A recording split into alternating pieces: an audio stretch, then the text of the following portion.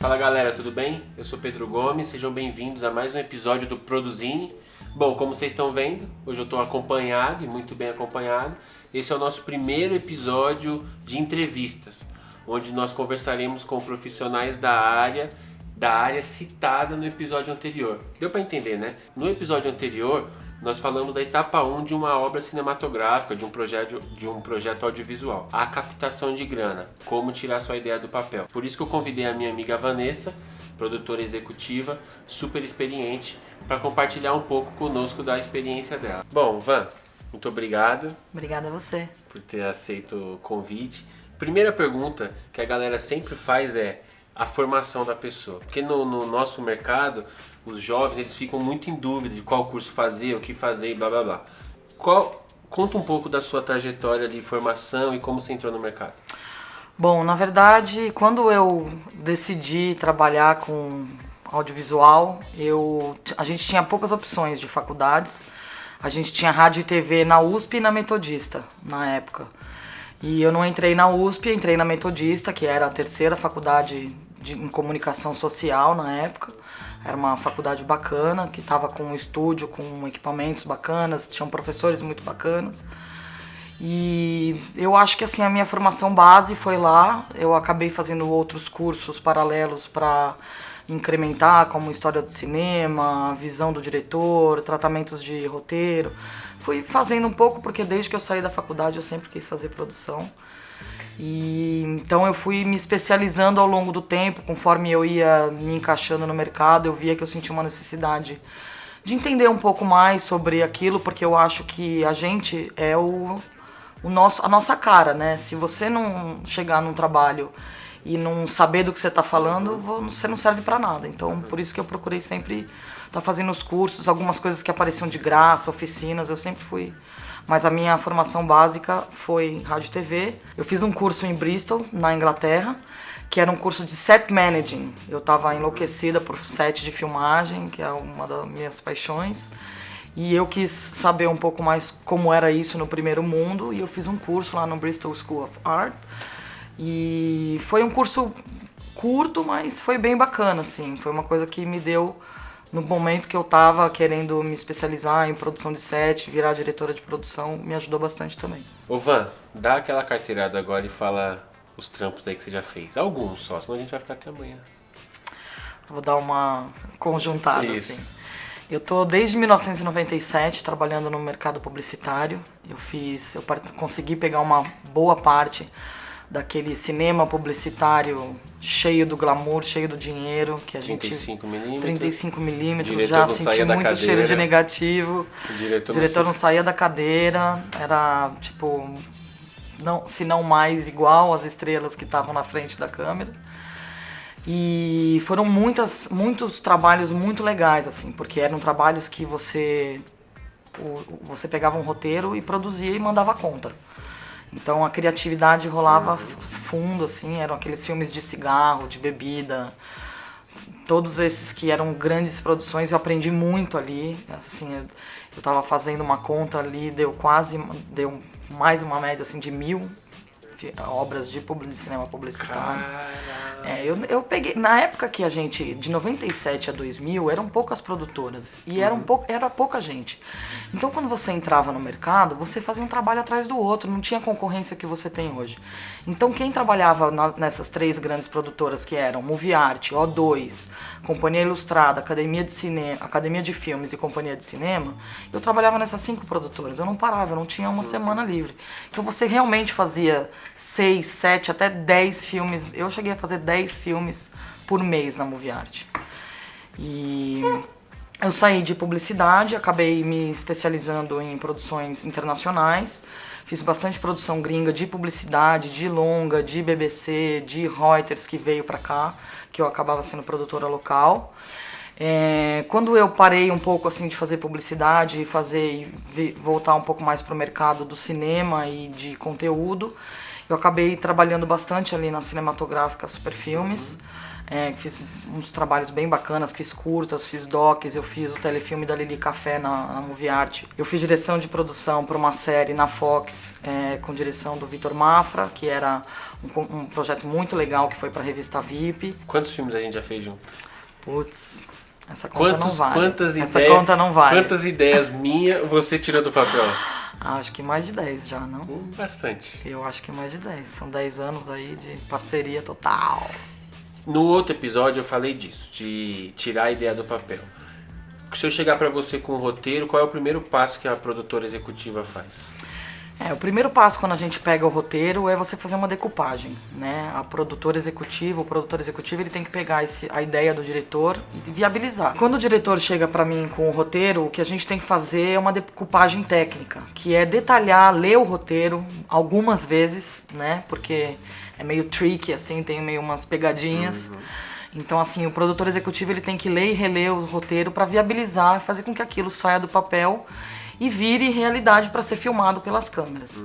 É um estudo a fundo, porque o produtor executivo, por ele ter que viabilizar aquela obra, né, audiovisual, que pode ser qualquer tipo de obra audiovisual, ela começa com um roteiro, você já deve ter falado isso no episódio anterior. É super importante a gente viabilizar ela dentro do que ela é, do que ela pode ser e das possibilidades as possibilidades e as dificuldades que cada obra audiovisual, cada roteiro traz, sem você perder a criatividade do diretor, sem tolir o diretor, sem chegar a ler um roteiro. Eu como já fui muito assistente, todos aqueles trabalhos que eu estava falando, a maioria deles foi como assistente de produção e produtora de set. Já trabalhei com muito diretor de produção e produtores executivos que pegam um roteiro e falam, isso não dá, isso não dá, isso não dá, isso não dá, isso não dá. Aí, tipo, mas você aí já não tem mais um baseado roteiro. no orçamento? Às vezes baseado no orçamento, às vezes os diretores têm ideias muito caras, trombólicas, gigantescas. Sempre, né? Não, faz parte, né? Pensar só precisa de uma caneta ou um computador hoje em dia, né? Eu lembro de você falando pra mim, Pedro, isso aqui não vai rolar, é melhor você tirar isso aqui. Mas tá, como que eu faço o meu filme? Como que eu consigo grana no Brasil? Olha, falando de cinema. Tá, falando de cinema. Hoje em dia você tem muitas alternativas a gente já parte para captação, né? Você, depois que você tem essa decupagem técnica, que você entende mais ou menos qual o dinheiro que você tem, qual filme que você tem, qual o público que você tem, você parte para o seu ataque de captação. Claro que no Brasil a gente trabalha muito com os editais, com as leis de incentivo. Em 2009 também apareceu essa lei do audiovisual que está fomentando e incentivando muito as produções nacionais a fazer grandes filmes, grandes séries. Às vezes alguns filmes que viram séries, séries que viram filmes. Então tudo trabalhando através de edital, de lei de audiovisual, lei de incentivo. E claro, a gente conta com alguns profissionais de captação, que são profissionais mesmo, que têm uma carta de patrocinadores, que se interessam e podem querer vincular a sua marca a um filme e você acaba negociando uma cartela ou no começo do filme ou um product placement no meio do filme. São várias receitas hoje em dia, principalmente hoje em dia, você acaba contando com outras receitas de outras mídias, de outras plataformas, para você conseguir colocar o dinheiro até você chegar no dinheiro que você precisa para fazer o filme. E às vezes também acontece de você estar no meio do filme e eu tive uma situação há muitos anos atrás que eu lembro que a gente estava filmando em Lençóis Maranhenses e a gente tinha 7 diárias de filmagem, era negativo, a gente tinha ido com uma van de negativo praticamente e no segundo dia tinha filmado, não era publicidade não, era um curta. Na metade do trabalho tinha 5 latas para acabar o trabalho e aí o produtor executivo teve que bolar um novo plano de captação para bolar uma nova forma de trazer dinheiro para... Às vezes pode acontecer até no meio do projeto, não é só no começo. Tá, aí agora trazendo para a realidade dos nossos amigos aqui, nossos coleguinhas da internet. O cara vai fazer o videoclipe da banda do amigo dele, ele tem lá, sei lá, 5 mil reais. Ele já tem uma grana. Como uma produtora experiente faz esse dinheiro crescer? Que foi o que você fez na minha vida várias vezes. Então, uma coisa que eu gosto sempre de lembrar é que você nunca vai conseguir fazer tudo sozinho. Quando a gente fala de cinema, quando a gente fala de filmar, de gravar, claro que você pode fazer com uma equipe reduzida, mas você tem que ter parceiros, você tem que ter um cara de câmera, você tem que ter um cara que edita, você tem que ter um cara do áudio, vai arrumando parcerias ao longo da sua vida, que nessa hora que você tem pouco dinheiro, você consegue chegar nessa equipe e falar, ó, nesse eu tenho pouco dinheiro, mas ali na frente a gente pode ter um outro trabalho mais legal, ou conversar e falar, ó, isso vai ter uma exposição legal para nós, para o trabalho, e negociar com outras moedas que não dinheiro. Você pode fazer permutas, você pode tentar trazer um outro patrocinador, você pode tentar trazer permutas, né, que você possa fazer com pessoas que você venha precisar naquele trabalho específico. A gente chama de produtor uma série de pessoas que fazem coisas diferentes. Sim. Então tem o produtor executivo, o diretor de produção, o produtor de locação, Sim. e aí vai um monte de produtor. Embora. Vamos falar só das duas principais. O produtor executivo e o diretor de produção, que eles trabalham bem junto e estão na cabeça do filme, Do né? filme, sim. Fala um pouquinho desses dois profissionais, por favor, que você já atuou nas duas áreas, né? Tá. Então, o produtor, eu acho que todo produtor executivo, existe até produtor executivo que nunca fez produção no set. É muito difícil você achar, mas existem pessoas que vêm de administração, de empreendedorismo, que acabam gerenciando e administrando uma produtora, que acabam virando produtor executivo e acabam aprendendo um pouco também. Mas eu acho que a base para o produtor executivo tem que ser o produtor. Você tem que ser produtor, depois você tem que ser diretor de produção, depois você tem que ser coordenador de produção, para você, quando você chegar a fazer produção executiva, você conseguir olhar como se você estivesse realmente de cima. Não é um de cima, humildade, ostentação. Não.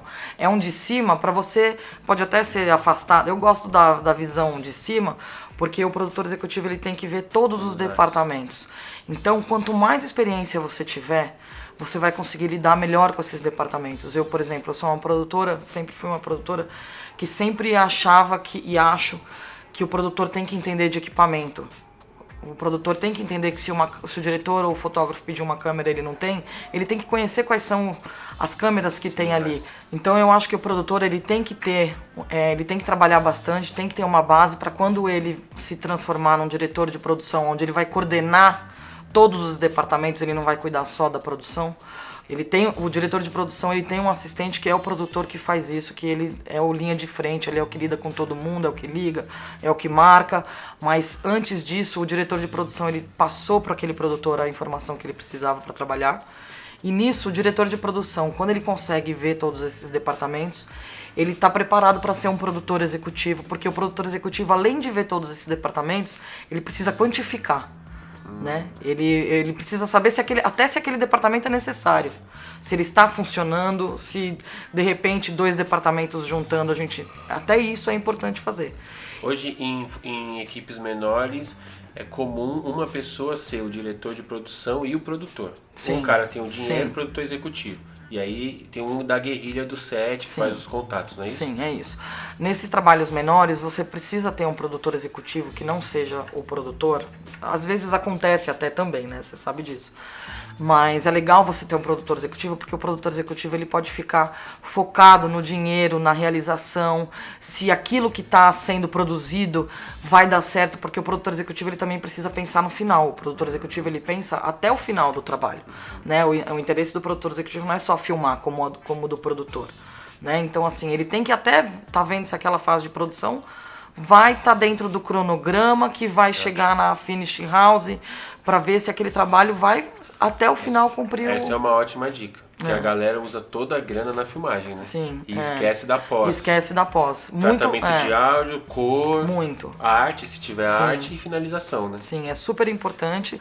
Tem gente que às vezes pega uma verba para fazer um projeto e fala, não, eu vou deixar para captar o da pós por último.